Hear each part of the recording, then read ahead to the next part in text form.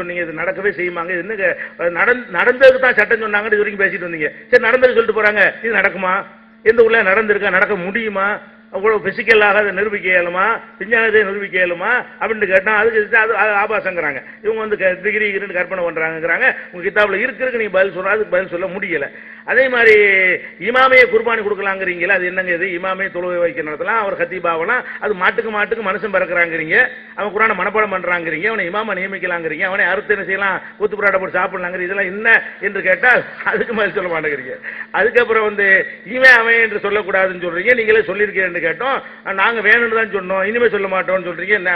எங்களுக்கு கேள்வி கேட்கறீங்க. நாங்க தான் சொல்லுவோமே, வழிகட்டவர்களை எல்லாம் இப்ளீஸ் சைத்தான சொல்ற இடத்துல வைக்கிறார்கள், அப்படிதான் நாங்க சொல்லுவோம். எங்கள்கிட்ட மாற்றுக்கிறது கிடையாதுன்னு சொல்லிவிட்டோம்.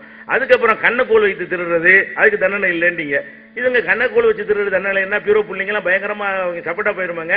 இதானங்க ரிசர்ச் கேட்டோம். அதுக்கு உங்களால என்ன செய்ய முடியல, பதில் சொல்ல முடியல. குழந்தைய கடத்தலாம் அப்படின்னு சொல்றீங்க, அதுக்கு தண்டனை இல்ல.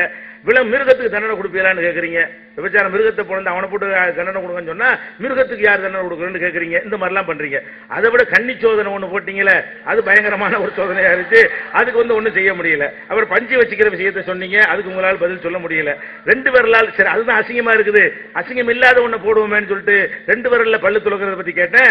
இதுக்காவது என்ன செய்யிருக்கலாம், இதுல என்ன அசிங்கம் இருக்குன்றது ஒரு ஆதாரத்தையாவது, இந்த ஹதீஸ் ஆதாரம் சொல்லி இருக்கலாம். அதையும் சொல்லல. நல்லா ஊறி போன பல்லு ஆரம்பத்தில் பல் துலக்கும் நல்லா தேய்ச்சி முழுங்கிறனு அப்படின்னு சொல்றீங்களே, இது நாகரிகமுள்ள யாராவது டாக்டர் ஒத்துக்குருவானா?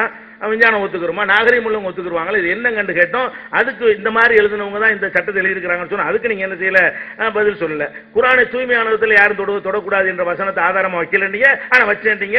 அதுல முரண்பட்டதுன்னு சொன்னா அது சமயத்துக்கு தகுந்தவாறு நாங்க அப்படி செய்வோம், இடத்துக்கு தகுந்தவாறு மாத்திக்கிடுவோம், எங்களுக்கு எந்த ஒரு கொள்கையும் கிடையாது. அதாவது மூமின்களை கண்டால் ஆமன்னான்னு சொல்லுவோம்,